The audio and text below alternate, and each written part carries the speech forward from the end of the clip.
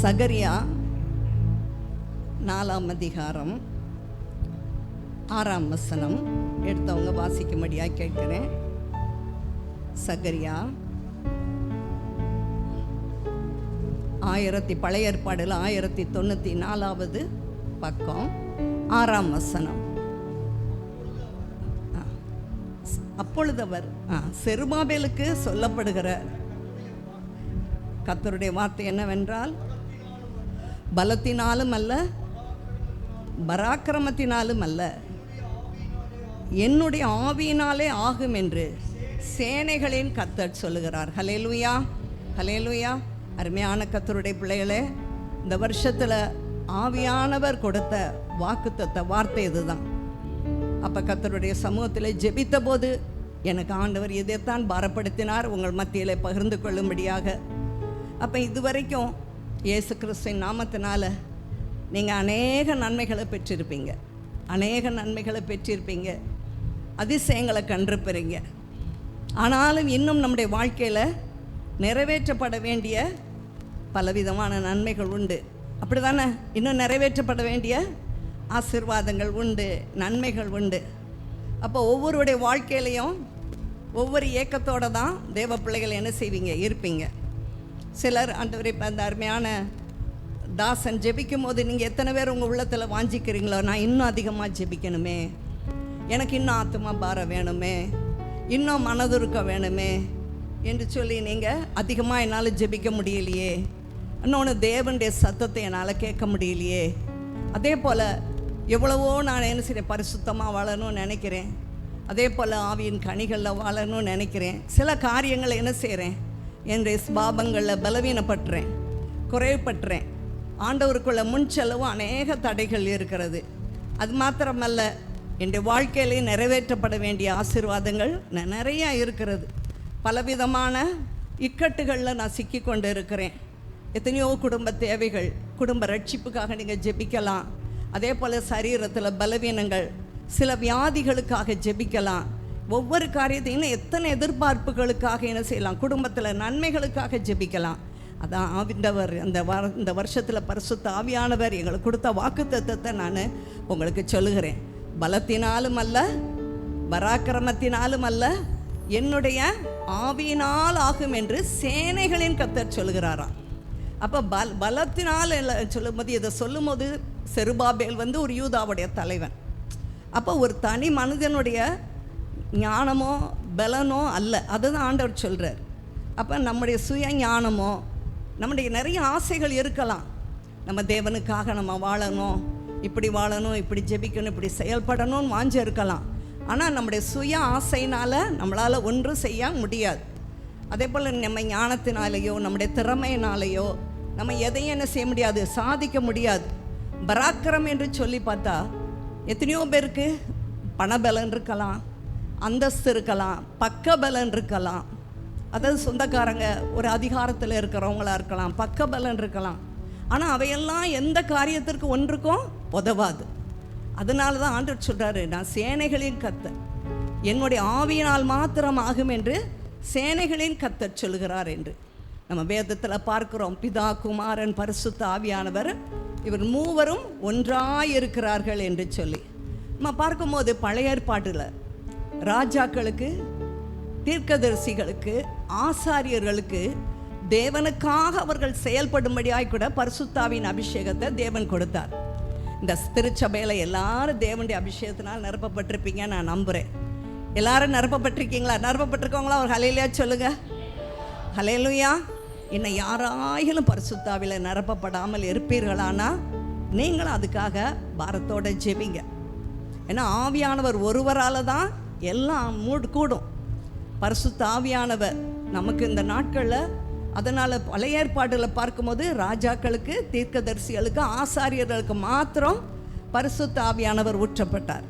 ஆனால் யோவேல் புஸ்தகத்தில் 2ஆம் அதிகாரம் 28ஆம் வசனத்தில் கடைசி காலத்தில் மாம்சமான யாவர் மேலும் என் ஆவியை ஊற்றுவேன் என்று வாக்கு கொடுத்திருக்கிறார்.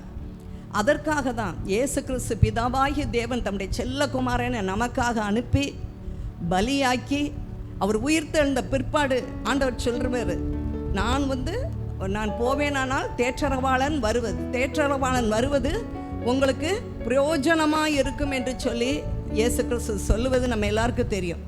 அப்போ அந்த ஆவியானவர் வரும்போது தான் நம்முடைய எல்லா குறைவுகளையும் நீக்கி அவர் என்ன செய்கிறாரு, நமக்கு ஒரு ஜெய வாழ்வு கொடுக்கிறவராக இருக்கிறார். அது மாத்திரமல்ல, சகலவித நன்மைகளாலையும் அவர் நிரப்பி நம்மளை ஆசீர்வதிக்கிறவராக இருக்கிறார். ஹல்லேலூயா, ஹல்லேலூயா. அப்போ இந்த நாட்களில் நம்ம பரிசுத்தாவின் அபிஷேகத்தை என்றோ பெற்றுக்கொண்டோம் என்று அல்ல, ஒவ்வொரு நாளும் ஆவியானவரால் நம்ம நடத்தப்படுகிறோமா? நமக்குள்ள இருக்கிற ஆவியானவர் எந்த அளவு நம்மளுக்கு போதிக்கிறார், நம்மளை வழி நடத்துகிறார், நம்மளை கண்டித்து உணர்த்துகிறார், நம்மளை சீர்படுத்துகிறார், நம்மளை நிலைநிறுத்துகிறார், நம்மையும் அவருக்காக ஒரு கருவியாக பயன்படுத்துகிறார். அது என்று சொல்லி ஒவ்வொரு காரியத்திலையும் ஆவிக்குள்ளாய் நம்ம முன் செல்லுகிறவர்களாய் காணப்பட வேண்டும். இந்த நாள் அருமையான ஒரு ஆவிக்குரிய சபைக்காக நான் நன்றி செலுத்துகிறேன். அன்பு சகோதரனுக்காக நன்றி செலுத்துகிறேன். அதே போல் இந்த நாட்டில் எத்தனையோ பரிசுத்தவான்கள் இந்த இடத்துல வந்து கர்த்தருடைய வார்த்தையை சொல்லியிருக்காங்க. நான்லாம் எவ்வளோ வேணும் இந்த நாளில் இங்கே இருக்க தகுதி கிடையாது. அவருடைய கிருபையை தவிர வேறு ஒன்று சொல்லுவதற்கு இல்லை. அடிமையும் கூட இந்த நாளில் உங்கள் மத்தியில் கர்த்தர் கொண்டு வந்திருக்கிறார். இன்னும் நாம் ஒரு விசையாய் கூட தேவனுடைய ஆவியிலே பலப்பட்டவர்களாய் மாத்திரமல்ல, இன்னும் பரிசுத்தமாக்கப்பட்டவர்களாய், இன்னும் அவருக்குள்ளாய் முன் சென்று ஒவ்வொருவரும் தேவன் விரும்புகிற கிருபா பாத்திரமாக அவருக்காக பயன்பட வேண்டும் என்று விரும்புகிறார். எத்தனை பேருக்கு அந்த ஆசை இருக்குது? ஹல்லேலூயா, ஹல்லேலூயா. அதாவது நம்ம 2 கொரிந்தியர் 3ஆம் அதிகாரம் 17வது வசனத்தில் சொல்லப்படி கர்த்தரே ஆவியானவர், கர்த்தரே ஆவியானவர், கர்த்தருடைய ஆவியானவர் எங்கேயோ அங்கே விடுதலை உண்டு. பரிசுத்த ஆவியானவர் வரும்போது தான் நமக்கு எல்லாவற்றிலும் என்ன, பாவத்தை வெறுக்க பலன், பரிசுத்தமாய் வாழ பலன். அப்போ எல்லாவற்றுக்கும் மேலே ஆவியானவரால் மாத்திரம்தான் ஆகும். வேதத்தில் பார்க்கும்போது மாம்ச சிந்தை மரணம், ஆவியின் சிந்தையோ ஜீவனும் சமாதானம் என்று பார்க்கிறோம். அதே போல் ரோமர் 8ஆம் அதிகாரம் 29வது வசனத்தில் பின்பகுதியில் தேவன் எவர்களை முன் அறிந்தாரோ அவர்களை தம்முடைய குமாரனுடைய சாயலுக்கு ஒப்பாக முன் குறித்திருக்கிறார். ஒரு அல்லேலூயா சொல்லுமா? நீ உங்களையும் என்னையும் பிதாவாகிய தேவன் எப்படி முன்குறித்திருக்கிறாரா? தேவகுமாரனாகிய இயேசு கிறிஸ்துவின் சாயலுக்கு ஒப்பாக முன்குறித்திருக்கிறாரா? நம்ம தகுதியே கிடையாது. பிதாவாகிய தேவன் நம்மளை எப்படி பார்க்குறாரா? இயேசு கிறிஸ்துவின் சாயலை நம்மகிட்ட பார்க்குறாரா? நம்ம எல்லாருக்கும் இப்போ வந்துருச்சா? அந்த சாயல் வந்துருச்சா? இல்லை, இன்னும் எவ்வளவோ குறைவுள்ளவங்களாக இருக்கும். ஆனால் ஒவ்வொரு நாள் என்ன செய்கிறோம்? பிரயாசப்படுகிறோம். அந்த கிறிஸ்துவின் சாயலில் நான் மாறணும்னு சொல்லி என்ன செய்கிறோம்? பிரயாசப்படுகிறோம். ஆனால் பூரணமாக மாறி இருக்கோமா? இல்லை. ஆனால் கர்த்தர் நம்மளை மாற்ற வேண்டும் என்று அவருடைய குமாரனுடைய சாயலுக்கு ஒப்பாக முன்குறித்த தேவன். அந்த குமாரனுடைய சாயலை நம்மிடத்தில் அவர் எதிர்பார்க்கிறவராக இருக்கிறார். நம்மை நாளுக்கு நாளாய் உருவாக்குறார். முதலாவது நமக்கு அதுக்கு வேண்டிய என்ன தெரியுமா? தேவனிடத்தில் மேலே அன்பு, இன்னொன்று அர்ப்பணிப்பு. கர்த்தரிடத்தில் அன்பு கூறணும். அடுத்து நம்மளை என்ன செய்யணும்? அவர் அழகாக நம்மளை உருவாக்கப்பட என்ன செய்யணும்? ஒப்பு கொடுக்கிறவர்களாய் காணப்படணும். ஹல்லேலூயா. எல்லாருக்கும் இம்மைக்கான தேவைகள் உண்டு. அதனால் இம்மைக்கான தேவைகளை என்ன செஞ்சுருங்க? பின்னால் வச்சுருங்க. முதல்ல ஆண்டவரை பிரியப்படுத்தணும். அவருடைய குமாரனுடைய சாயலுக்கப்பா என்னை முன்குறித்திருக்கிறாரே, அந்த சாயல் என்னையில காணப்படணுமேன்ற ஒரு வாஞ்சையும் விருப்பம் தான் நமக்கு என்ன முதல்ல வேணும். ஆண்டவர் அதைத்தான் எதிர்பார்க்குறார். எல்லா தேவைகளின் மத்தியில் தான் ஆண்டவர்கிட்ட வர்றோம். நான் முதலாவது என்னுடைய வாழ்க்கையில் வரும்போது என் தேவைகளுக்காக தான் இயேசுகிட்ட வந்தேன். ஆனால் இயேசு வண்டையில் வரும்போது அவர் அந்த நாளில் எங்களுக்கு ஜெபித்த அந்த பரிசுத்தவான் தலையில் கை வச்ச உடனே அந்த ஊழியக்கார்ட்ட எங்களை அருமையான கிளிஃபோர்ட் அங்கிள், அவங்க அந்த நாளில் 93வது வயசில் ஆண்டோடைய ராஜ்யத்துக்கு போனாங்க. அவங்க ஜெபிக்கும் போது, என் தலையில் கை வச்சு ஜெபிக்கும் போது அவங்களோட கர்த்தர் பேசினார். அந்த மகள் எனக்காக வேணும், அவள் கர்த்தருக்காக ஊழியத்தை செய்கிற மகளாக இருக்கணும் பெருப்பான்னு. அப்போ அங்கிள் வந்து ஒரு மாதிரி கலைஞ ஆண்டோட்ட கேட்டாங்களாம், ஆண்டவரே இவங்க இவ்வளோ தூரம் நாகரீகமா, இப்படியே ஒரு இவ்வளோ தூரம் ஒரு அலங்கரித்தவங்களாக இருக்கிறாங்களே, இவங்களை போய் எப்படி ஆண்டவரே நான் சொல்லுவதுன்னு போது, அப்போ ஆண்டவர் வந்து எனக்காக தெரிந்து கொண்டேன். ஆனால் படிப்படியாக நம்மளை சீர்படுத்தி என்ன செய்கிறாரு? அழகாக அவருக்குள்ளே உருவாக்குறவராக இருக்கிறார். ஒரு நாள் பெற்ற அபிஷேகம் அல்ல. அப்போ அந்த அபிஷேகத்தில் நாளுக்கு நாளாய் நம்ம என்ன செய்கிறார்? மறுரூபப்படுத்துகிறவராக இருக்கிறார். ஹல்லேலூயா. உங்களை குறித்த, என்னை குறித்த தேவன் ஒரு பெரிய திட்டத்தை வைத்திருக்கிறார். அதை நிச்சயம் நிறைவேற்றி அவர் முடிக்கிறவராக இருக்கிறார். நிறைவேற்றி முடிக்கிற வரைக்கும் நிச்சயம் இந்த ஜீவனை என்ன செய்ய மாட்டார் ஆண்டவர், எடுக்க மாட்டார். எல்லாம் ஒரு அலையிலே சொல்லுவோமா, அல்லேலூயா.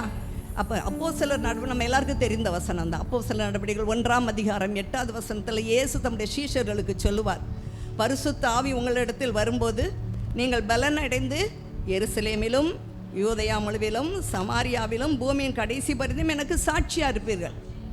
அப்போ வீட்டில் நம்ம சாட்சியாக இருக்கணும். அதே போல் நம்முடைய கர்த்தருக்கு முன்னால் நம்ம உண்மையாக இருக்கணும். அடுத்து நம்முடைய வீடு, அடுத்து நம்முடைய தெரு, அடுத்து நம்முடைய சபை, அடுத்து நம்முடைய ஊர், அடுத்து நம்ம போகிற இடமெல்லாம் நம்ம எப்படிப்பட்டவங்களாக இருக்கணும், சாட்சியாக இருக்கணும்னு சொல்லி கர்த்தர் நம்மளை ஏற்படுத்தினார். அப்போ நம்ம வேதத்தில் பார்க்குறோம், கர்த்தருடைய ஆவியானவர் எங்கேயோ உங்கள் விடுதலை உண்டுன்னு சொல்லிட்டு அந்த 1 கொரிந்தியர் 15ஆம் அதிகாரத்தில் 45வது வசனத்தில் சொல்லும்போது, பிந்தின ஆதாம் உயிர்ப்பிக்கிற ஆவியானவராக இருக்கிறார். பிந்தின ஆதாமாகிய இயேசு கிறிஸ்து எப்படிப்பட்டவரா, நம்மளை உயிர்ப்பிக்கிற தேவனாக இருக்கிறார். அவர் ஹல்லேலூயா சொல்லுங்களேன், ஹல்லேலூயா. அப்போ ஆவியானவர் ஊற்றப்படும் போது நிச்சயமாக அந்த பாவத்தை வெறுக்க நமக்கு கிருபை தருவார், பரிசுத்தமாய் வாழ பலன் தருவார், சாட்சியாக நிற்க கிருபை தருவார். அப்போ ஆவியானவரால் நிச்சயமாக நமக்கு பலவிதமான ஆசீர்வாதங்களை தேவன் வச்சிருக்கிறார். முதலாவது ஆண்டவர் நம்மகிட்ட எதிர்பார்க்கறதே அவருடைய ஆவிக்குரிய ஆசீர்வாதம். எத்தனையோ உங்களுக்கு பூமிக்குரிய தேவைகளுக்காக வந்திருப்பீங்க, எதிர்பார்ப்பீங்க, பூமியில் எனக்கு இந்த நன்மை இருக்கணும், வாலிப பிள்ளைகள் நல்ல வேலை கிடைக்கணும், நல்ல எதிர்காலம் வேணும். உங்களுக்கு ஒவ்வொருவருக்கும் ஆசை உண்டு தான். ஆனால் எல்லாவற்றுக்கும் மேலே முதல்ல ஆண்டவர் தம்முடைய ஆவிக்குரிய ஆசீர்வாதங்களால் நிரப்புறார். இதற்காக நான் ஜெபிக்கும் போது, ஏன்னா ஆதியாமத்திலிருந்து வெளிப்படுத்தல் வரைக்கும் ஆவியானவரை குறிச்சன்னு சொன்னால் அந்த வருஷம் முழுவதும் போதாது செய்தி எடுக்க. ஏன்னா அவ்வளோ ஆவியான பற்றி இருக்குது, ஆவியானவரை குறித்து, அவருடைய செயல்பாடுகளை குறித்து. ஆனால் இந்த நாள் ஆவியானவர் எனக்குள்ள வச்ச காரியத்தை மாத்திரம் ஷேர் பண்ணி உங்களுக்காக ஜெபிக்க விரும்புகிறேன். முதல்ல நம்ம தேவனால் தெரிந்து கொள்ளப்பட்ட 12 சீஷர்களில் முதன்மையானது யாரு சொல்லுங்க? முதன்மையானவன் சீமோன் பேதுரு. ஆண்டவர் 12 சீஷர்களை தெரிந்து கொண்டார். அதில் ஸ்பெஷலாக யாரை தெரிந்து கொண்டாரா? சீமோன் பேதுரு. நம்ம எல்லாரும் சீமோன் படிப்பறிவு இல்லாதவர் தான், ஒரு மீனவர் தான் இல்லையா ஆனால் அவருடைய கேரக்டரை நம்ம பார்க்கும்போது அந்த இயேசு ரொம்ப அவருக்கு பிடிக்கும். ஆனால் எல்லாவற்றிலும் என்ன செய்வார்? முந்தி பேசுவார், செயல்படுவார். தேவனுக்கு அன்பாக இருக்கிறவர் தான். ஆண்டவர்கிட்ட ரொம்ப உரிமையாக பேசுவார். 3 வருஷம் இயேசுவோடவே இருந்தார். முதன்மையானவன் சீமோன் இருக்கும். அப்போ இயேசுவோடவே கூட இருந்து 3 வருஷம் கூட இருந்தார். நம்ம எல்லாருக்கும் தெரியும், லூக்கா 5 அதிகாரத்தில் மீன் பிடிக்க போகும்போது அவங்க மீன் பிடிக்க ஒன்றுமே மீன் கிடைக்கல. உடனே இயேசு படவை கேட்டப்பார். இயேசு உன்னுடைய படவில் எனக்கு கொடுன்னு சொல்லி அந்த படவில் உட்காந்து ஜனங்களுக்கு போதகம் பண்ணுவார். போதகம் பண்ணி ஆண்டவர் சொல்வார், இந்த ஆழத்தில் கொண்டு போய் வலையை போடு அப்படின்னு சொல்லும்போது அவர் சொல்வார், ஐயரே ராம் முழுவதும் நான் பாடுபட்டும் மீனை பிடிக்கலை, ஒன்றும் எங்களுக்கு பிடிக்கலைன்னு சொல்லும்போது, நீ வலப்புறம் ஆழத்தில் தள்ளி கொண்டு போய் வலப்புறத்தில் வலையை போடுன்னு சொல்லும்போது வலை கிழிந்து போகத்தக்கதாக மீன்கள் கிடச்சிது. அப்போ 2 படகள் அமிழத்தக்கதாய் நிரப்பினார்கள் இருக்கு. அப்போ பிரமித்து அப்படியே ஆண்டவர் பாதத்தில் விழுந்து, நான் பாவியான மனுஷன், என்னை விட்டு போயிடணும், நீங்கள் என்னை விட்டு போங்கன்னாரு. ஆனால் ஆண்டவர் போகலை. ஆண்டவர் என்ன சொன்னார்? நீ இது முதல் மனுஷனை பிடிக்கிறவனாக இருப்பாய். அப்படியே படகுகள்லாம் விட்டுட்டு ஆண்டவருக்கு பின்னால் போனார். எல்லாவற்றிலும் உற்சாகமாக பேசுவார். அதே சமயத்தில் அவருடைய வாழ்க்கையில், அவருடைய சுபாவங்களில் நிறைய காரியங்களை ஜெயிக்க முடியாதவராக இருந்தார். இயேசுவோட உபதேசத்தை கேட்டார், இயேசுவோடைய ஜீவியத்தை பார்த்தாரு, இயேசுவோடைய ஜெப ஜீவியம் அவருக்கு தெரியும். ராமனுக்கு ஆண்டவர் ஜெபித்தார், பகலெல்லாம் ஜெபித்தார், பிதாவோட உறவாடி கொண்டே இருந்தார், எல்லாம் அவருக்கு தெரியும். ஆனாலும் கூட அவருடைய எத்தனையோ அற்புதங்களை பார்த்தாரு. இயேசு கிறிஸ்துவை பூரணமாய் பின்பற்ற அவரால் என்ன செய்யலை? இயலவில்லை. அதே சமயத்தில் நம்ம பார்க்கும்போது ஆண்டவர் தன்னுடைய சீஷர்களுக்கு தாராளமாக உபதேசிப்பார். என்னை யாருன்னு சொல்கிறாங்க அப்படின்னு சொல்லி கேட்கும்போது மற்ற சீஷர்கள்லாம் கூட அமைதியாக இருப்பாங்க. இவர் மட்டும் சொல்வார், நீர் ஜீவன் உள்ள தேவனுடைய கிறிஸ்து அப்படின்னு. உடனே ஆண்டவர் அப்ரிஷியேட் பண்ணுவார். ஆமாம், என் பிதா தான் உனக்கு வெளிப்படுத்தினாரு, இந்த நீ தான் பேதுருவாயிருக்காய். அதாவது சீமோன் என்று சொன்னால் நாணல், பேதுரு என்று சொன்னால் உறுதியான கல். அப்போ ஒரு நாணலை போல இருந்த அந்த சீமோனை இயேசு எப்படி பார்த்தாரா? கல்லாக பார்த்தாரா. அதே போல் நீங்களும் நானும் எவ்வளவோ குறைவுள்ளவங்க தான், ஸ்பாபங்களை குறைவுள்ளவங்க தான், பலவீனவங்கள தான். நம்மளை அப்படி ஆண்டவர் பார்க்கல, நம்மளை உறுதியான ஒரு கல்லாக தான் ஆண்டவர் பார்க்குறாரு. எத்தனை பேர் சந்தோஷப்படுறீங்க? ஹல்லேலூயா, ஹல்லேலூயா. அப்போ ஆண்டவர் சொன்னார். அப்போ அவர் ஆண்டவர் இப்படி சொல்லி அவர் அப்ரிஷியேட் பண்ண உடனே அடுத்த சில வசனத்திலே அவருக்கு ஆண்டவர் தாராளமாக பேசுவார். நான் இப்படி சிலுவையில் என்னை பிரதான ஆசாரியர், வேத பாரகர் எல்லாரும் என்ன செய்வாங்க? என்னை பிடிப்பாங்க, மரணத்துக்கு ஒப்பு கொடுப்பாங்க அப்படின்னு சொல்லி தன்னுடைய மரணத்தை குறித்து சொன்ன உடனே அவர் இயேசுவை தனியாக அழைச்சிட்டு போய் சொல்வார், ஆண்டவரே இது உமக்கு நேரிடக்கூடாது என்று சொல்லி கடிந்து கொள்ள தொடங்கினான் இருக்கு. உடனே அடுத்த வசனம் ஆண்டவர் என்ன சொன்னார்? அப்போ அப்பாலே அவரோ திரும்பி பார்த்து பேதுருவை பார்த்து, எனக்கு பின்னாலே போ சாத்தானே, நீ எனக்கு இடரலாக இருக்கிறாய். மத்திய 16வது அதிகாரத்தில் 21லேருந்து 23 வரைக்கும் பார்க்கும்போது, இடரலாக இருக்கிறாய், நீ தேவனுக்கேற்றவளை சிந்தியாதபடி மனுஷருக்கேற்றவளை சிந்திக்கிறாயன்னு. அப்போ ஆண்டவர்கிட்ட முதல்ல ஆண்டவர் அப்ரிஷியேட் பண்ணார். அடுத்த சில வசனத்துக்கு பிற்பாடு என்ன சொல்றார்? என்னை பின்னாக போ சாத்தானேன்ட்டார்.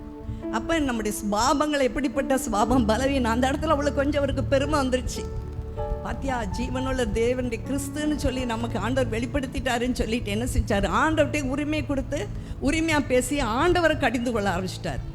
அப்போ அருமையான தேவனுடைய பிள்ளைகள், இப்படிப்பட்ட குறைவுள்ள ஸ்வாபங்கள் தான் அவருடைய. இன்னுமா நம்ம பார்க்கும்போது இயேசு பிடிக்கப்படுகிற வேளையில் வந்தபோது ஆண்டவர் சொன்னார்,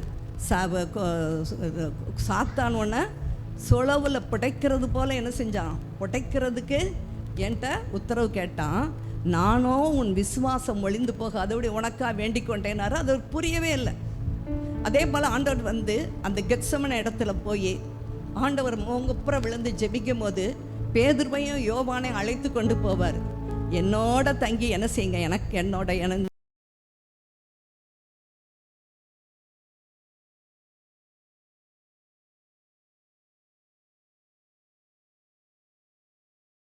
ஜெபிக்க முடியாமல் என்ன செஞ்சிட்டாரு? தூங்கிடுவார். தூங்கினால தான் அந்த இடத்துல ஒரு பெரிய தோல்வி. இது நமக்கு எல்லாருக்கும் தெரியும். அவர் இயேசு எத்தனை முறை மறுதளித்தார் சொல்லுங்க? 3 தடவை மறுதளித்தார். அப்போ லூக்கால இருக்கும்போது நம்ம பார்க்கலாம், ஆண்டவர் ஆண்டவர் அவர் என்ன செய்வார்? 3 முறை மறுதளிப்பார். ஏன்னா சொல்கிறது வீராப்பா சொல்லுவார். லூக்கா 22 அதிகாரத்தில் 33வது வசனத்தில் சொல்வார், ஆண்டவரே காவலிலும் சாவிலும் உம்மை பின்பற்றி வர ஆயத்தமாக இருக்கிறேன்பார். அந்த சொல்கிறதெல்லாம் உற்சாகமாக சொல்வார்.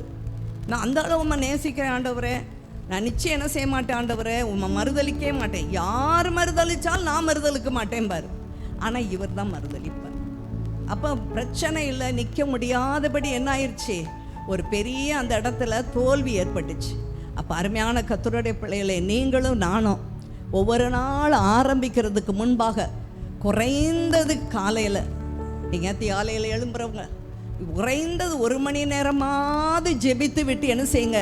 அந்த நாள் ஆரம்பிங்க. குறைந்தது 1 மணி நேரமாவது. அப்போ உன்னத பலன் கண்டிப்பாக நமக்கு வேணும். கர்த்தரோடு ஐக்கியப்பட்டு இருந்தோமானால் தான் இந்த பூமியில் ஒரு பக்கம் பாருங்கள், கர்த்தருடைய ஆவியானவர் நம்ம கூடவே இருக்கிறார். இன்னொரு பக்கம் இந்த பூமியில் ஒரு மனுஷன் இருக்கிற வரைக்கும் எப்படியாவது அவன் விழுந்து போவானா என்று சொல்லி சத்துரு என்ன செய்கிறான்? சுற்றி சுற்றி வந்து கொண்டே இருப்பான். ஒன்று மாத்திரம் நம்ம இடம் கூடாதபடி நிற்க வேண்டியது அவசியமாக இருக்கிறது. அது மாத்திரமல்ல, அந்த கெத்செமனேக்கு போகும்போது கூட ஆண்டவர் உங்களுக்கு எல்லாம் தெரியும், இயேசு கிறிஸ்துவை எப்படி யூதாஸ் காட்டி கொடுக்கும் போது பிரதான ஆசாரிய வேலைக்காரனை கோபத்தோடு யார் வலதுகாரரை வெட்டினான் இருக்கும். அந்த சீமோன் பேதுரு தான் வெட்டுவார். உடனே ஆண்டவர் இதோட நிறுத்துங்கள் என்று சொல்லி அந்த காதை எடுத்து ஒட்ட வச்சு ஆண்டவர் சுகம் கொடுப்பார்.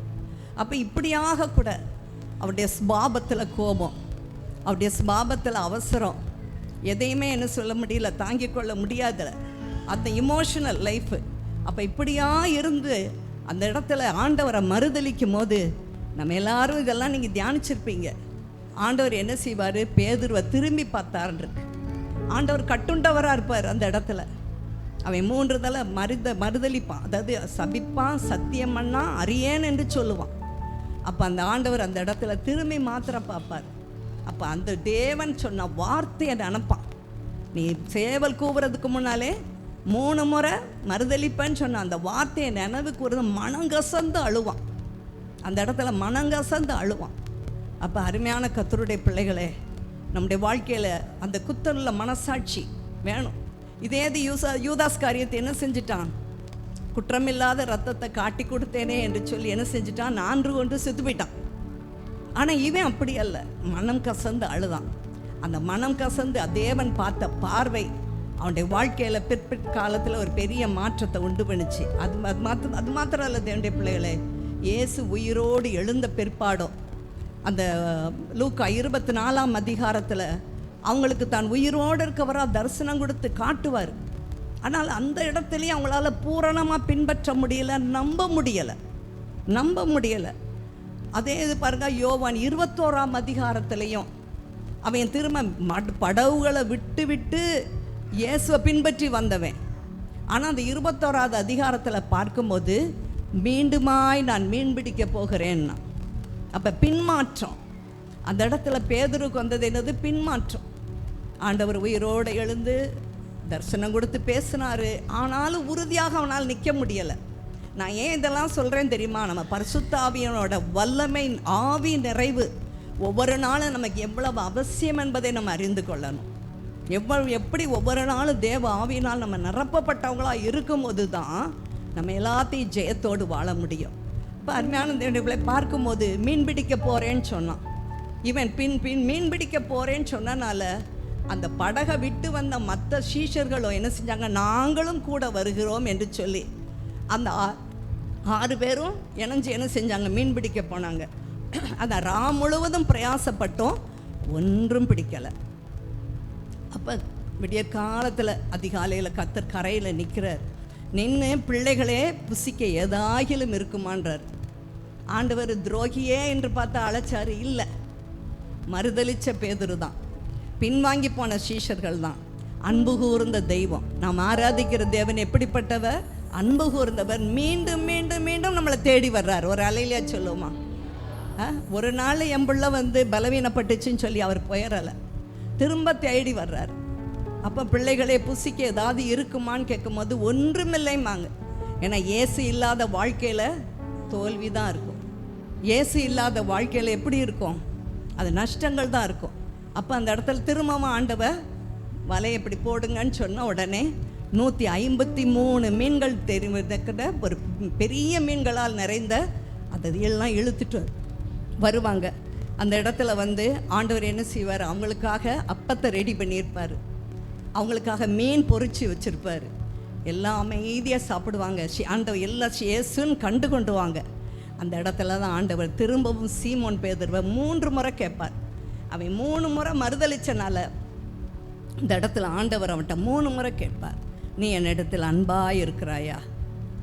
அடுத்து நீ என்னை நேசிக்கிறாயா என்று கேட்டு 3 முறை. முதல்ல துக்கம் அவனுக்கே, நான் ஆண்டவரே நீர் அறிவீர், நான் அவன் நேசிக்கிறேன் என்பதையும் அறிவீர்மா. 2ஆம் தரம் கேட்பார். 3ஆம் தரம் கேட்கும் போது அவனே உடஞ்சிருவான். ஆண்டவரே நீர் எல்லாவற்றையும் அறிந்திருக்கிறீர். அப்போ நீ ஆடுகளை மேய்ப்பாயாக, ஆட்டுக்குட்டிகளை மேய்ப்பாயாக என்று சொல்லி அவர்கிட்ட சொல்லி அவன் பின்னாட்கள் அவனுடைய கடைசி காலத்தில் அவன் எப்படி இருப்பான்றதை தீர்க்க தரிசனமாக அந்த இடத்துல சொல்லிட்டு ஆண்டவர் ஒரு கட்டளை கொடுப்பார். லூக்கா 24ஆம் அதிகாரம் 49வது வசனம் வாசிங்க. லூக்கா 24ஆம் அதிகாரம் 49ஆம் வசனம். என் பிதா, நானே வசிக்கட்டுமா? இதோ என் பிதா வாக்குத்தத்தம் பண்ணினதை இதோ நான் உங்களுக்கு அனுப்புகிறேன். நீங்களோ உன்னதத்திலிருந்து வரும் பலனால் தரிப்பிக்கப்படும் வரைக்கும் எருசலேம் நகரத்தில் இருங்கள்ன்றார். எருசலேம் அந்த தேவனுடைய ஆளுகை, மகாராஜாவின் நகரம். அப்போ தம்முடைய பிள்ளைகளுக்கு ஆண்டவர் என்ன சொல்கிறாரு? இந்த பரிசுத்த ஆவியானவரை நீங்கள் பெற்றுக்கொள்றதுக்காக எருசலேம் நகரத்தில் இருங்கள்ன்றார். அப்போஸ்தலர் நடபடிகள் 1ஆம் அதிகாரத்தில் 4ஆம் வசனத்தில் பின்பகுதி, நீங்கள் சில நாட்களுக்குள்ளே பரிசுத்த ஆவியினாலே ஞானஸ்நானம் பெறுவீர்கள். 5ஆம் வசனம் சொல்லும்போது, ஆகையால் நீங்கள் எருசலேமை விட்டு போகாமல் என்னிடத்தில் கேள்விப்பட்ட பிதாவின் வாக்குத்தத்தம் நிறைவேற காத்திருங்கள் என்று கட்டளையிட்டார்.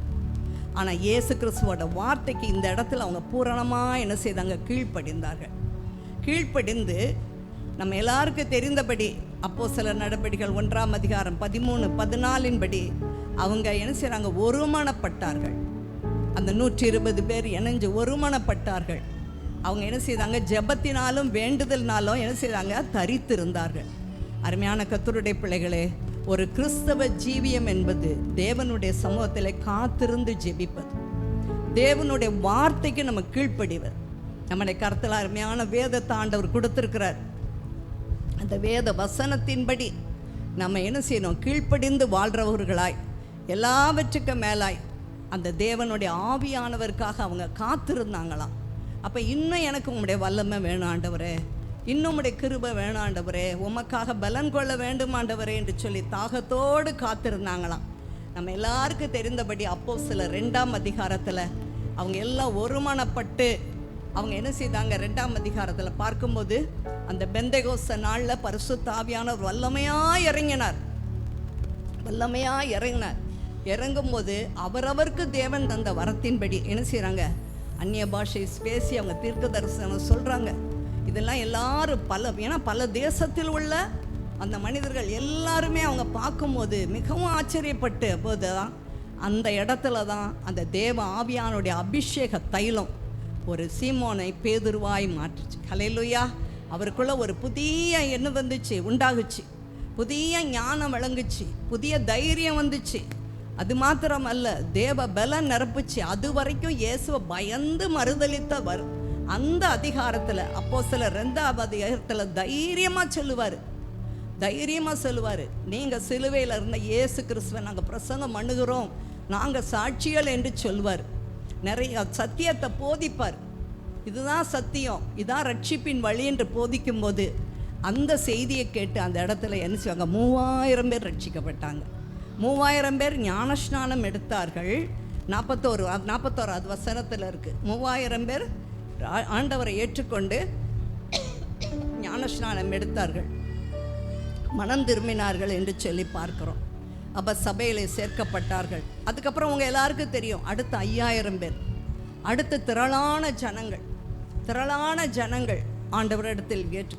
அப்போ அருமையான தேவனுடைய பிள்ளைகளே, இந்த சீமோன் பேதருக்குள்ள உள்ள பயம் முதலாவது விலகுச்சு. அப்போ பரிசுத்த ஆவியானுடைய அபிஷேகம் பெறும்போது நமக்குள்ள என்ன இருக்கும்? காரணமில்லாத பயங்கள் விலகிரும். அப்போஸ்தலர் நடபடிகள் 4ஆம் அதிகாரத்தில் அந்த 13வது வசனத்தில் யாராவது வாசிங்க.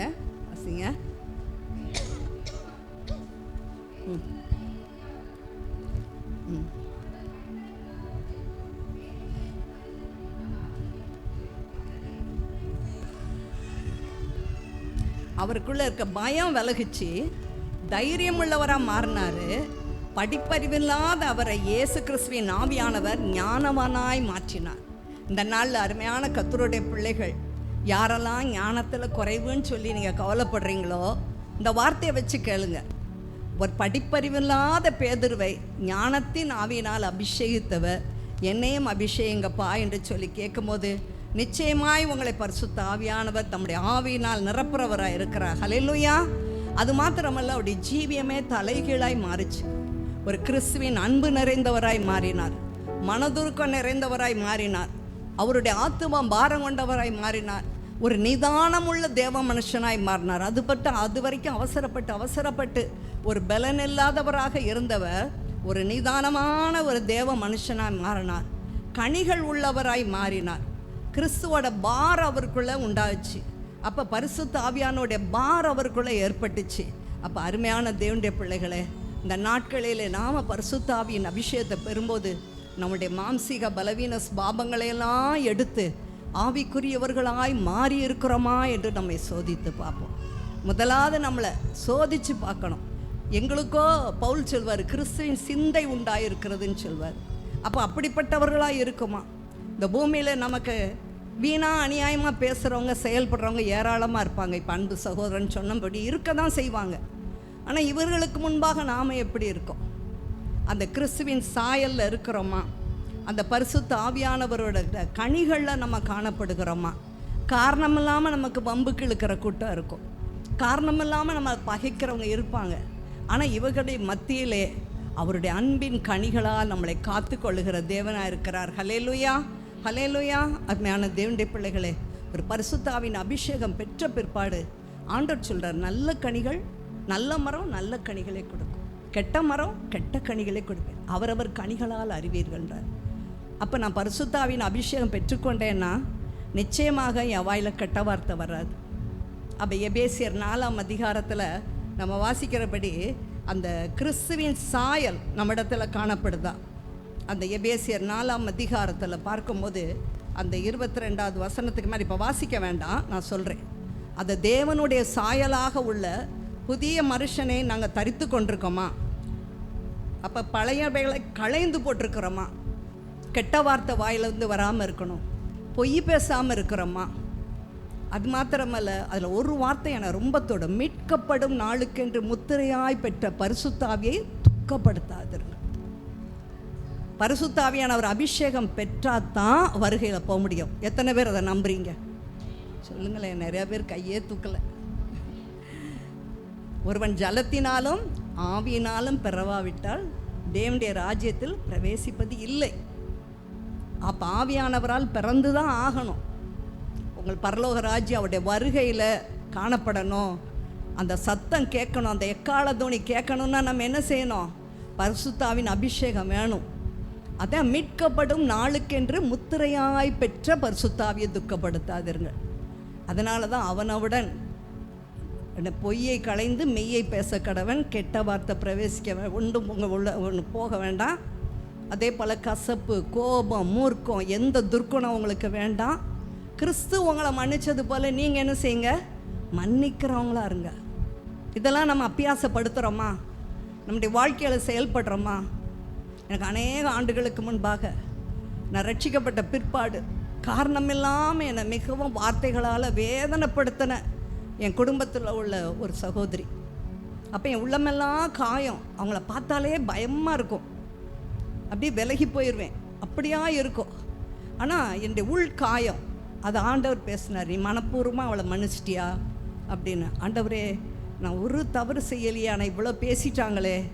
அப்போ ஆண்டவர் மனப்பூர்வமாக மன்னிச்சியான்னு. அப்போ ஆண்டோடைய சமூகத்தில் அப்போ அவங்க கிருபை வேணும்ப்பா, அந்த சகோதரியோட பேரை சொல்லி அவங்கள மன்னிக்க கிருபை வேணும், அப்போ அன்பு கூற கிருபை வேணும்ப்பா என்று சொல்லி, எப்போ அவங்க விழுவாங்க நம்ம பார்த்துட்டு இருக்கக்கூடாது, அவங்கள மனதார ஆசீர்வதித்து ஜெபிக்கும்படி தேவன் பாரப்படுத்தினார். அப்போ அந்த சகோதரியோட பேரை சொல்லி மனதார ஆசீர்வதித்து ஜெபிக்கும். அதை ஜெபிக்கும் போது நம்முடைய உள்ளத்தில் உள்ள கசப்பெல்லாம் என்ன செய்யுது?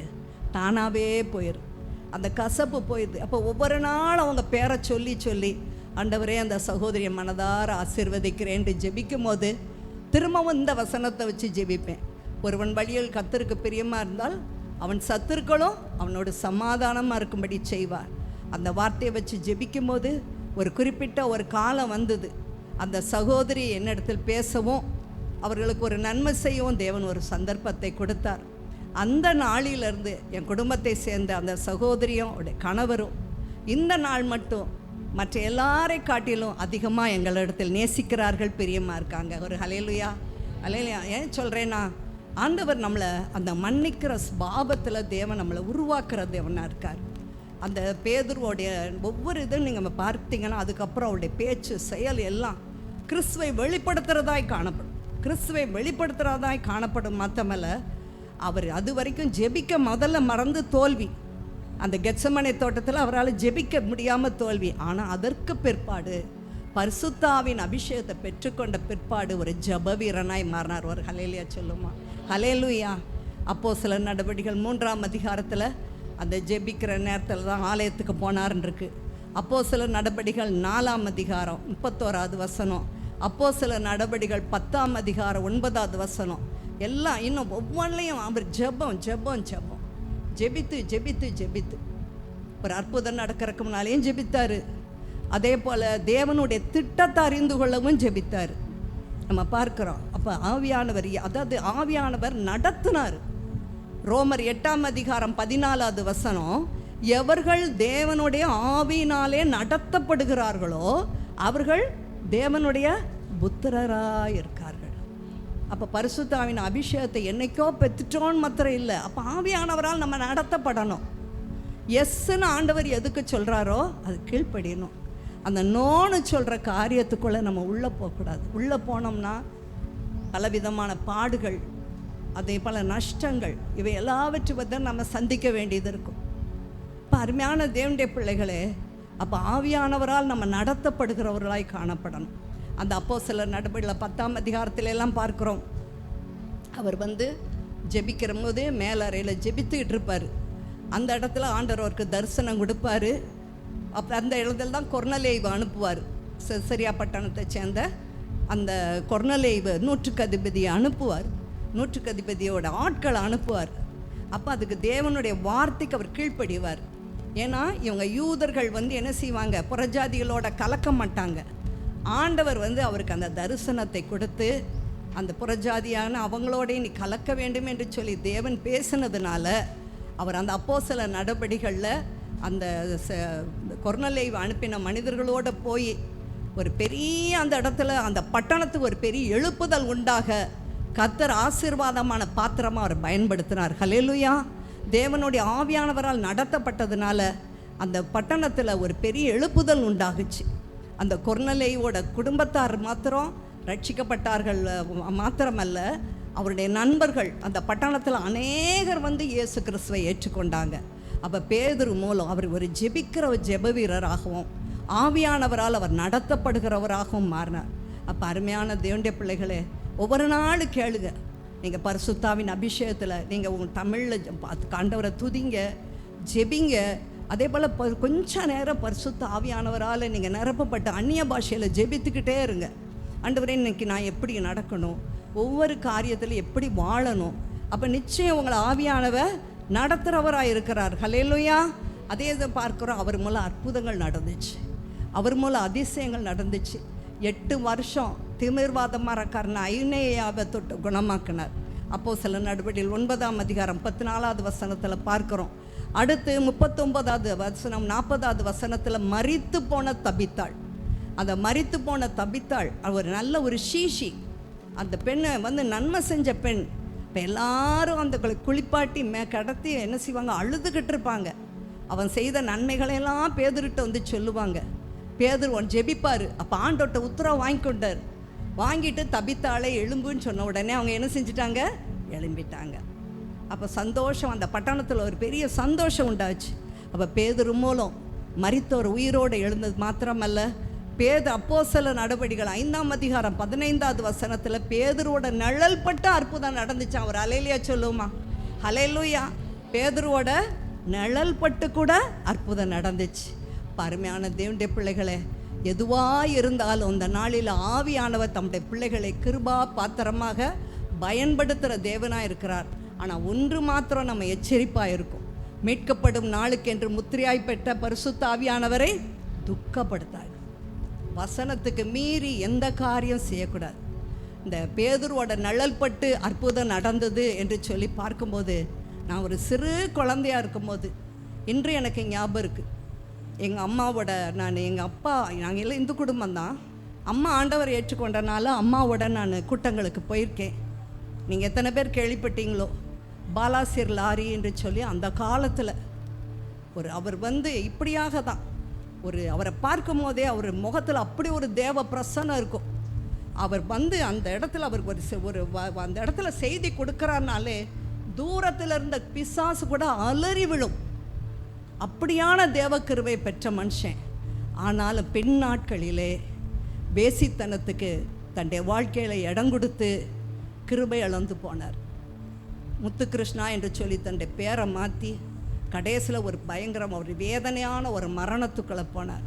அப்போ அருமையான கர்த்தருடைய பிள்ளைகளே, அதை மீட்கப்படும் நாளுக்கென்று முத்திரையாய் பெற்ற பரிசுத்தாவியே துக்கப்படுத்தார்கள். எந்த வேளையும் நம்ம ஜாக்கிரதையாக இருக்கணும்.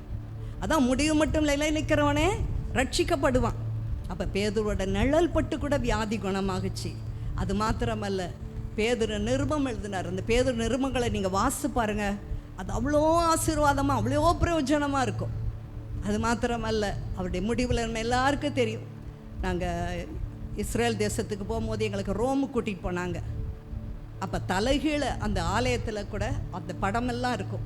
தலைகீழ அவர் என்ன செஞ்சார்? அவர் தன்னை சிலுவையில் இயேசுவை போல என்ன செய்யக்கூடாது, என்னை சிலுவையில் அறையக்கூடாது என்று சொல்லி, என்னை தலைகீழாய் அறையுங்கள் என்று சொல்லி தன்னை ஒப்பு கொடுத்து அந்த இரத்த சாட்சியாக மரித்தார் என்று சொல்லி சரித்திரம் சொல்லுது. இப்போ அருமையான தேவனுடைய பிள்ளைகளே, முடிவு நம்ம ஒவ்வொன்றும் அந்த பரிசுத்த ஆவியை நம்ம காத்து கொள்ள வேண்டும். அந்த பரிசுத்த ஆவியானவர்களாய் நம்ம நடக்க வேண்டும். அந்த பரிசுத்த ஆவியானவர் நமக்குன்னு என்ன திட்டங்களை வைத்திருக்கிறாரோ அது செயல்பட வேண்டும்.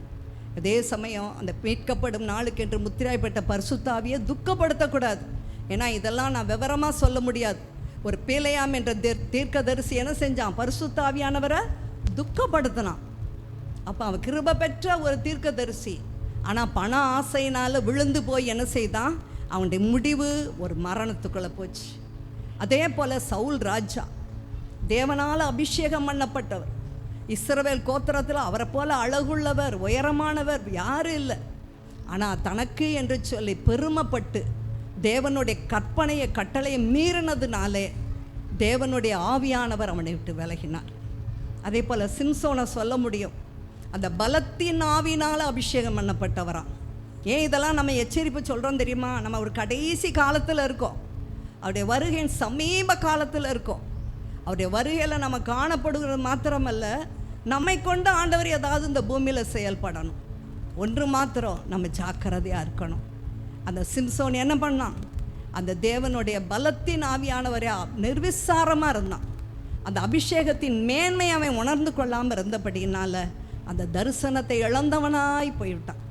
ஆனால் கடைசி நேரம் ஆண்டவர் கிருபையாய் அவனை மீண்டுமாய் கூட அவனை கொண்டு ஒரு கூட்டத்தை சங்கரித்து அப்படியே அவனை அதோட மரித்து போடுறதை பார்க்கும். இப்போ அருமையான தேவனுடைய பிள்ளைகளை, நீங்களும் நானும் ஒரு நெறிந்த நாணலை போல இருக்கிறவங்களா இருக்கலாம். அதாவது சீமோனு போல பலவீன பாண்டமாக இருக்கலாம். ஆனால் நம்மளை ஒரு கல்லாக தான் தேவன் பார்க்குறார். நம்மளை பலப்படுத்துவார், நிலைநிறுத்துவார். நமது மூலமாக நிச்சயமாக என்ன செய்வார்?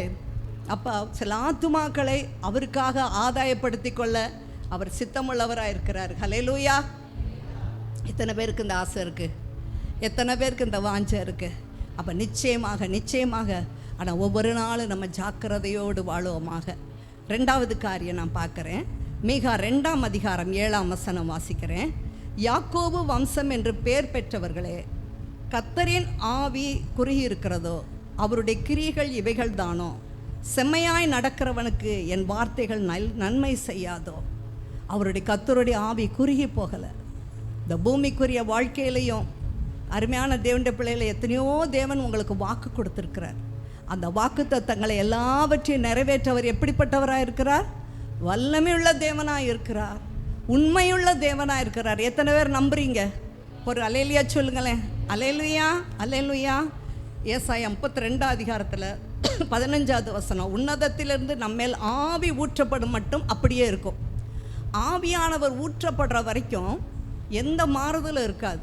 ஆனால் ஆவியானவர் ஊற்றப்படும் போது வனாந்திரம் செழிப்பான வயல்வெளியாகும். செழிப்பான வயல்வெளி காடாக எண்ணப்படும். இப்போ வனாந்திரமான வாழ்க்கை. எவ்வளவோ ஜெபிக்கிறேன், ஆனால் எனக்கு இந்த காரியத்தில் அற்புதம் இல்லை, அதிசயம் இல்லை, இல்லாமை, இயலாமை, இன்னமாய் பரம்பரையான வியாதிகள், சாப வியாதிகள், பலவீனங்கள், பாடுகள், இன்னும் நம்ம வாழ்க்கையில் வேதனைக்கு காரணமான பலவிதமான சத்துருவின் போராட்டங்கள் எல்லாவற்றையும் மேற்கொள்வதற்கு தேவ ஆவியானுடைய பிரசனம் மாத்திரமே. ஹல்லேலூயா! ஆவியானவர் எங்கேயோ அங்கு விடுதலை உண்டு, விடுதலை உண்டு. அப்போ அருமையான தேவனுடைய பிள்ளைகளே, பரிசுத்தாவின் அபிஷேகத்தில் நிரம்பி ஜெபிங்க. அபிஷேகம் பண்ணப்பட்ட பிள்ளைகள் ஒரு பாடுகள் வழியாக கடந்து வரும்போது நீங்கள் என்ன செய்யாதுங்க? சோர்ந்துடாதீங்க. ஆண்டவரே வாக்குத்தத்தம் கொடுத்தவர் உண்மையுள்ளவர். அவர் எப்படிப்பட்டவர்? நிச்சயமாய் நிறைவேற்றுகிற தேவனாக இருக்கிறார். ஹல்லேலூயா!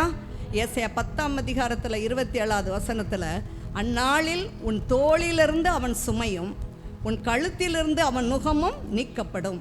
அபிஷேகத்தினால் நுகம் முறிந்து போம். அபிஷேகத்தில் என்ன செய்யுமா? நுகம், சத்ரு போடுற அத்தனை நுகம் என்ன செய்யும்? முறிந்து போம். ஹல்லேலூயா!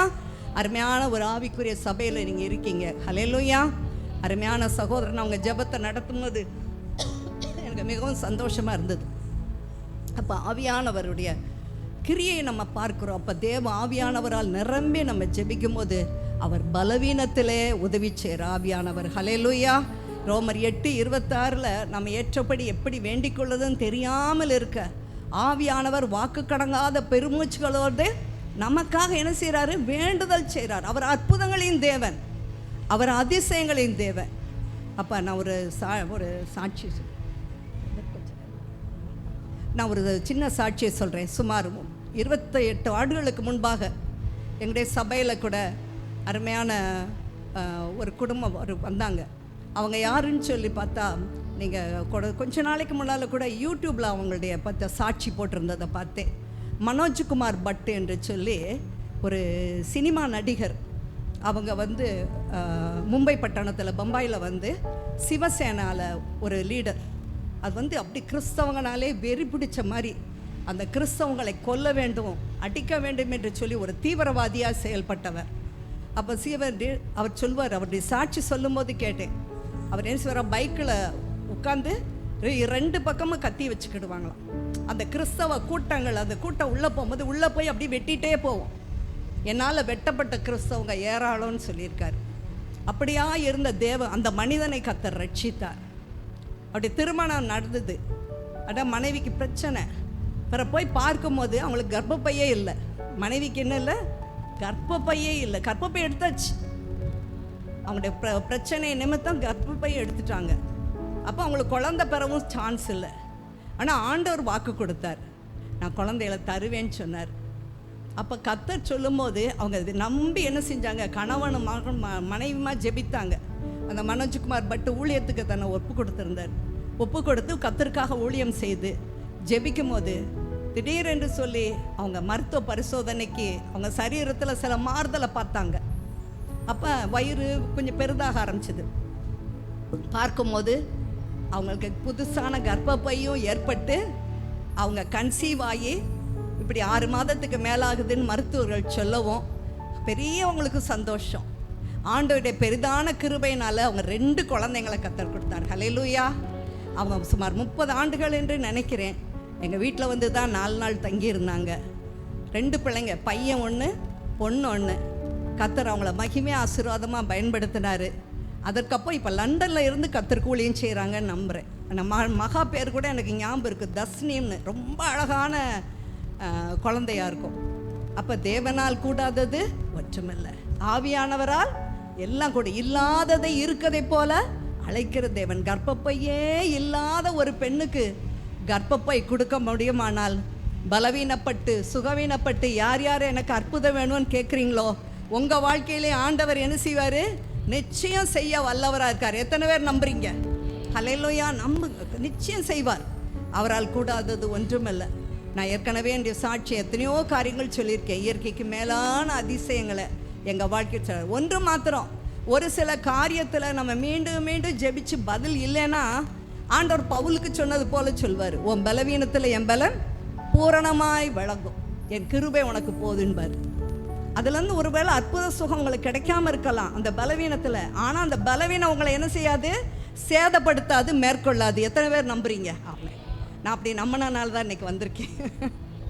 அருமையான சகோதரன் சொன்னாங்க இல்லையா, பலவீனத்தில் அவர் பலன். நான் ஒன்று மாத்திரம் ஆண்டவர்கிட்ட கேட்பேன், ஆண்டவரே அங்கே வலிக்குது இங்கே வலிக்குதுன்னு எனக்கு பிரச்சனை இல்லை ஆண்டவரே, ஒன்று மாத்திரம் என்னை போட்டுறாதீங்க ஆண்டவரே, நான் முடிவு மட்டும் உடைய ஊழியத்தை செய்யணும், உமக்காக என்ன செய்யணும்? செயல்படணும். நான் படுக்கையில் மட்டும் எதுவும் செய்யறதே இருக்கக்கூடாது. ஆண்டவர் சொன்ன வார்த்தை அதுதான். என்னோடய எலும்பு பலவீனத்தில் தலையிலேருந்து கால் வரைக்கும் என்னென்ன எலும்பு பலவீனமோ அவர் சொன்ன ஒரே வார்த்தை அதான், உன் பலவீனத்தில் என் பலன் பூரணமாய் விளங்கும், என் கிருபை உனக்கு போதும். அதை நம்பி தான் ஓடிக்கொண்டே இருக்கேன் இந்த நாள் வரைக்கும். அருமையான தம்பி டேவிட்க்கு தெரியும், ஓடிக்கொண்டே இருப்பேன். ஒரு வாலிபனை காட்டிலும் கூட, ஒரு வாலிப பிள்ளையை காட்டிலும் நான் அதிகமான வேலை செய்கிறேன்னு தான் சொல்ல முடியும். ஒரு ஹல்லேலூயா சொல்லுவோமா? ஹல்லேலூயா. அப்போ அருமையான தேவனுடைய பிள்ளைகளே, ஆண்டவரால் அற்புத சுகத்தையும் கொடுக்க முடியும்.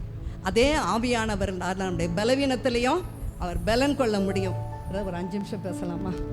கடைசியாக ஒரு காரியத்தை சொல்லுறேங்கன்னு. 1 கொரிந்தியர் 2ஆம் அதிகாரம் 9வது வசனம் வாசிக்கிறேன்.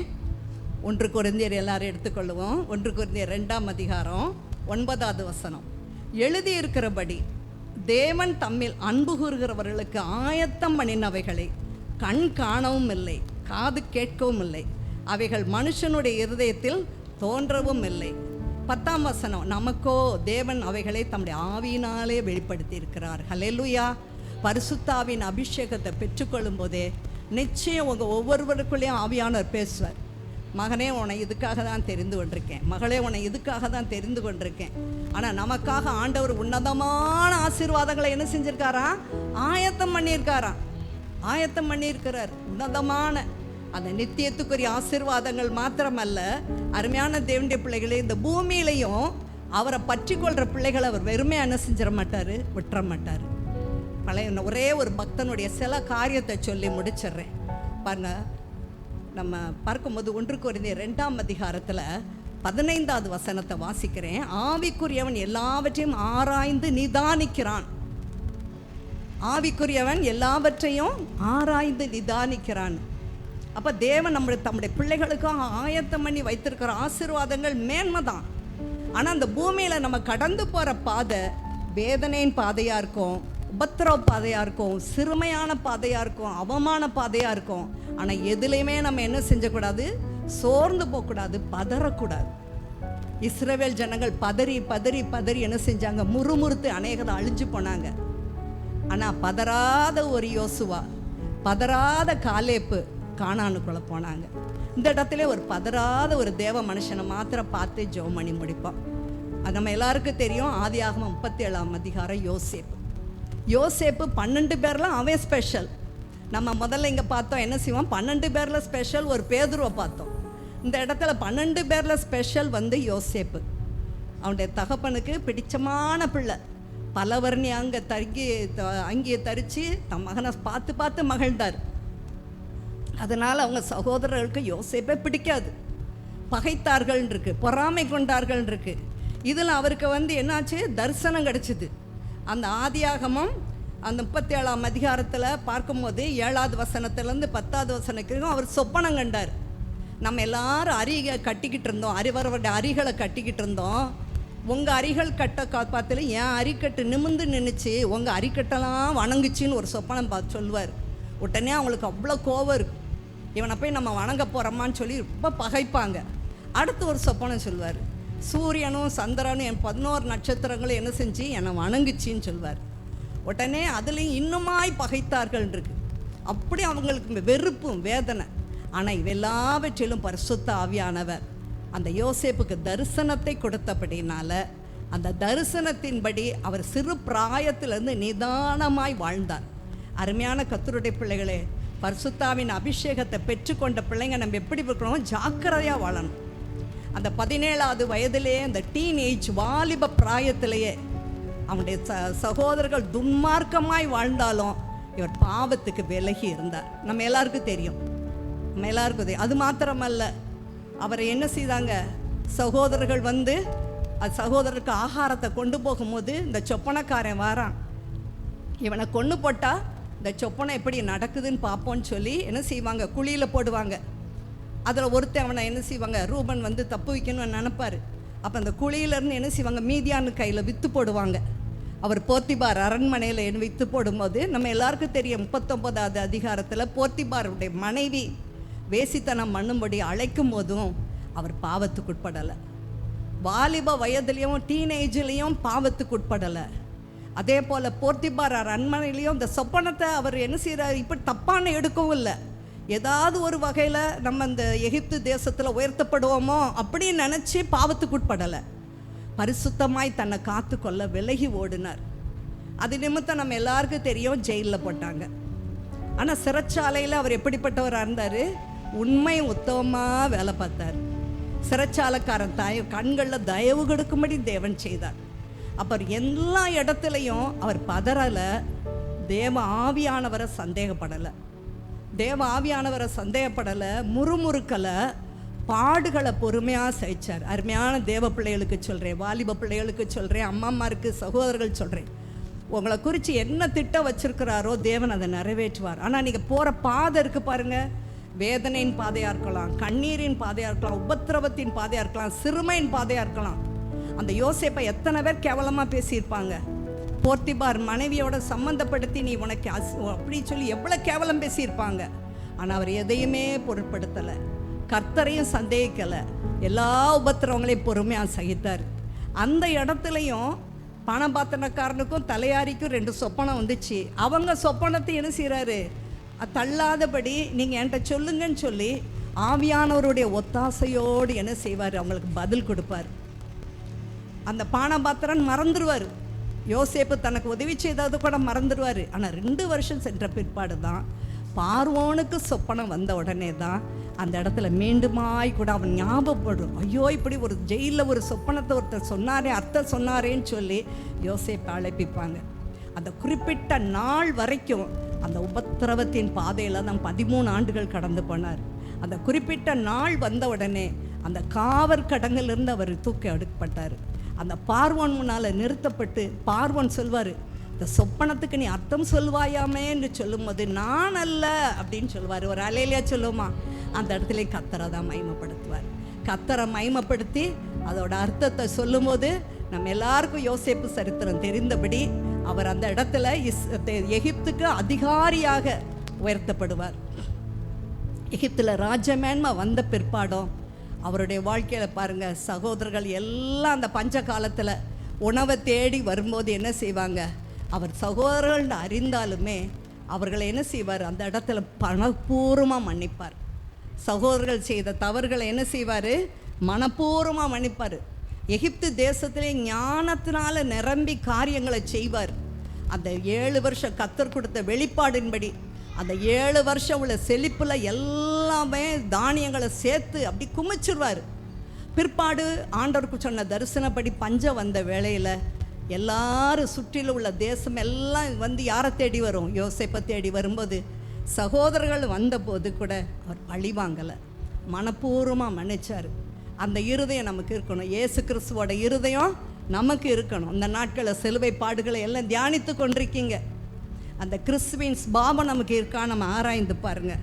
மனப்பூர்வமாக அன்பு கூர்ந்தார், அவங்கள பராமரித்தார், காப்பாற்றினார், தகப்பனை பார்த்து சந்தோஷப்பட்டார்.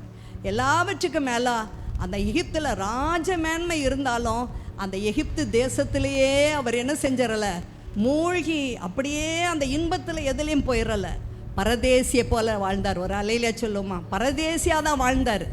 ஏன்னா தன்னுடைய முடிவு காலத்தில் அந்த இஸ்ரவேல் ஜனங்களை கூப்பிட்டு சொல்லுவார், என்னுடைய எலும்புகள் நான் மரித்தாலும் என் எலும்புகள் அந்த எகிப்தில் என்ன செய்யக்கூடாது, இருக்கக்கூடாது. கர்த்தர் உங்களை சந்தித்து கானான் தேசத்துக்கு கொண்டு போவார், எலும்பெல்லாம் கொண்டு போங்கன்னு சொல்லுவார். அப்போ அருமையான கர்த்தருடைய பிள்ளைகளே, இதோட நான் முடிக்கிறேன். உங்களை கர்த்தர் எவ்வளவு ஆசீர்வதித்தாலும் சரி, உங்களுக்கு நல்ல வேலைகளை கொடுத்தாலும் சரி, நல்ல திறமைகளை கொடுத்தாலும் சரி, எந்த விதத்தில் அந்த பூமியில் என்ன செய்யாதீங்க, பற்று வைக்காதீங்க. இந்த பூமியில் பற்று வைக்காதீங்க. அவர் எகிப்தில் என் எலும்பு இருக்கட்டும்னு சொல்லலை, எகிப்திலேருந்து என் எலும்பை கொண்டு போயிருங்கன்னார். ஒரு பரதேசியாய் வாழ்ந்தார். அப்போ கர்த்தரை மாத்திரம் மகிமைப்படுத்தி தேவ மனுஷனாக இருந்து தன்னுடைய குடும்பத்துக்கு ஆசீர்வாதமாக இருந்தார், தேசத்துக்கு ஆசீர்வாதமாக இருந்தார். அப்படியே நம்ம எழும்புவோமா, எழும்பி நம்ம ஜெபிப்போமா. அப்போ அருமையான தேவனுடைய பிள்ளைகள் இந்த ஒரே